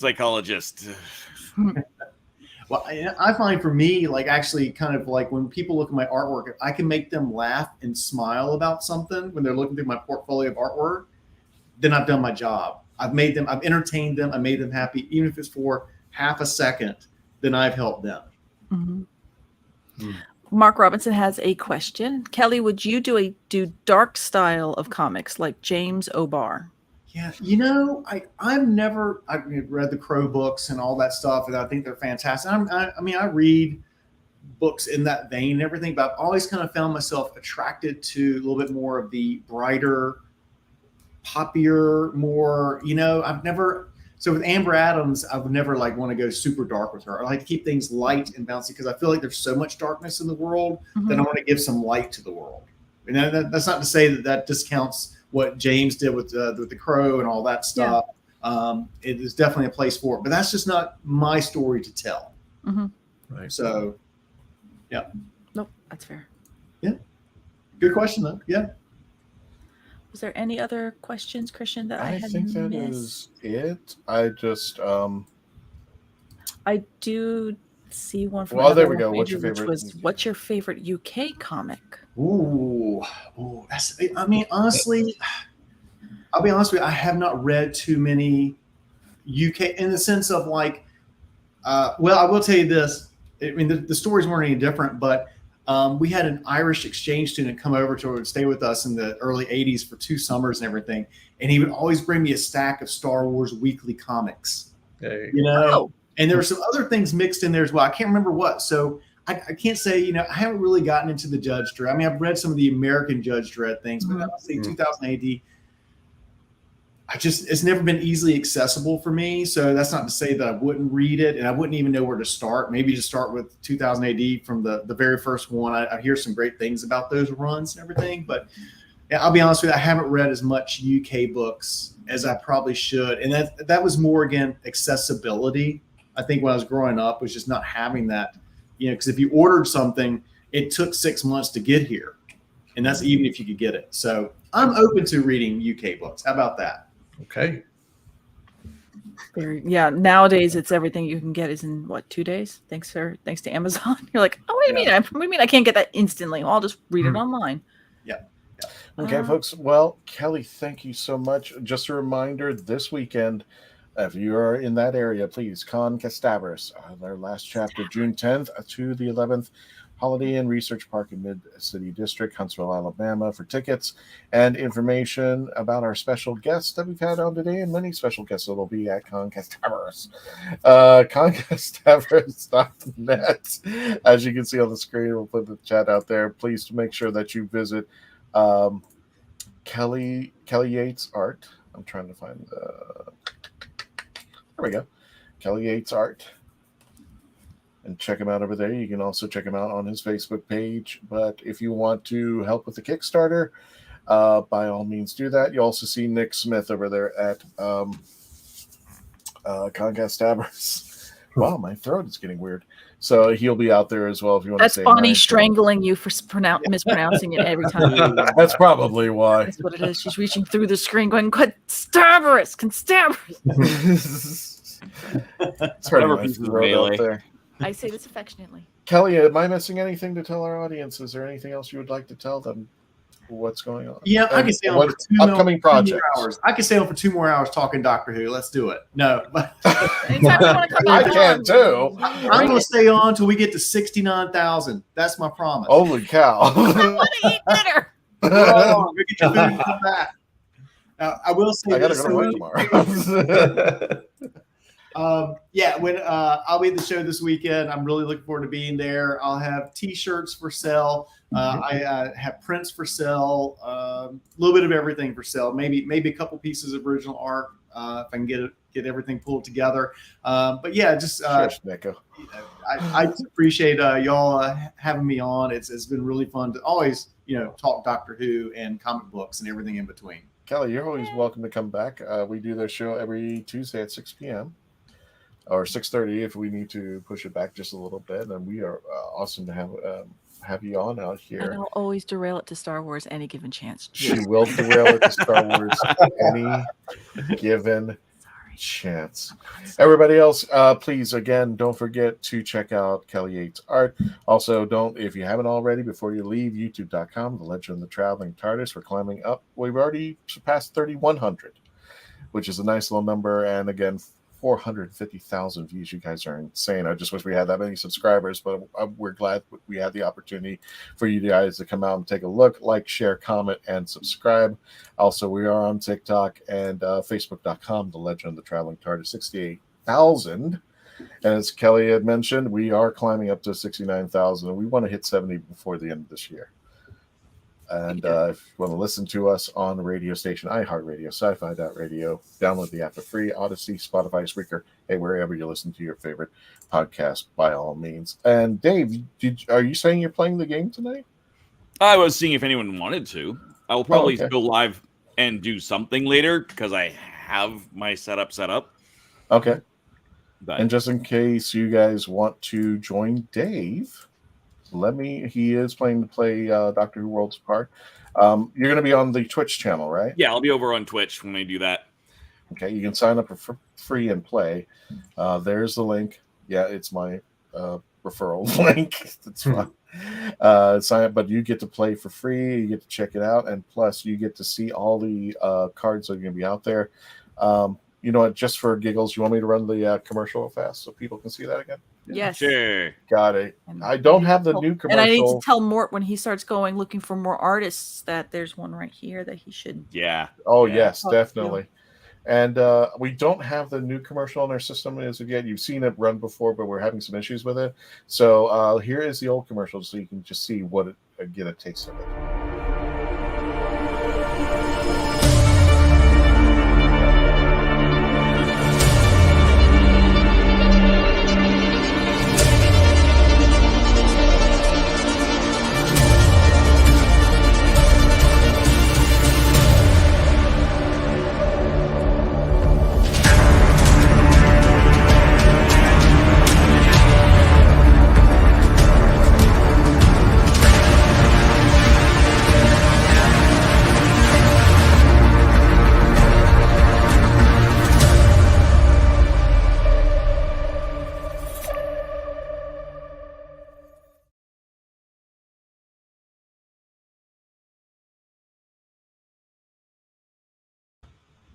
Sorry, it's a little outdated, but we'll get the new commercial. The game has been launched. You do not have to purchase packs unless you want to have extra ones, but you can absolutely play for free. And again, it's turn-based. It's really cool, and all of the cards and everything are done by actual artists. There's no AI.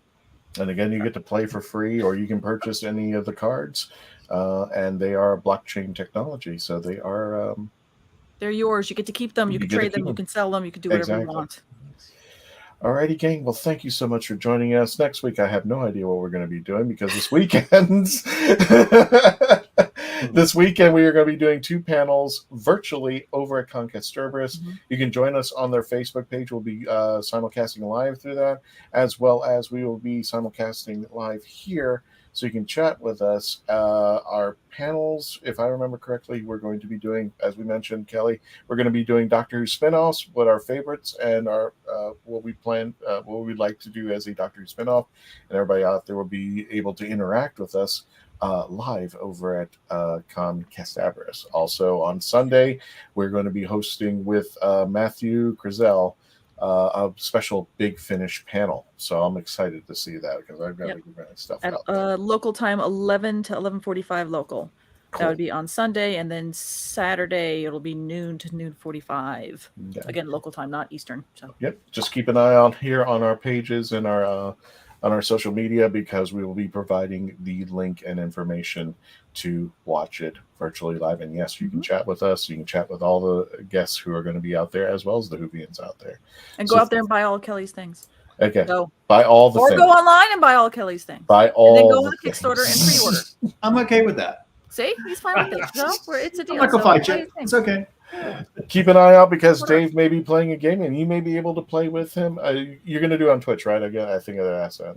Yep. Be on Twitch. And just for the record, since I did promise in my stream beforehand to report back as to how my baking turned out, the oaken bread. Now, a small portion of it did stick to the bottom of the pan, and that's my own damn fault. Oops. But yum. Parchment paper. There you go. That's the answer. Yum. Keep an eye on the social media profiles for the Rattle.ca and the Traveling TARDIS. If Dave's playing, he'll be bringing it up live.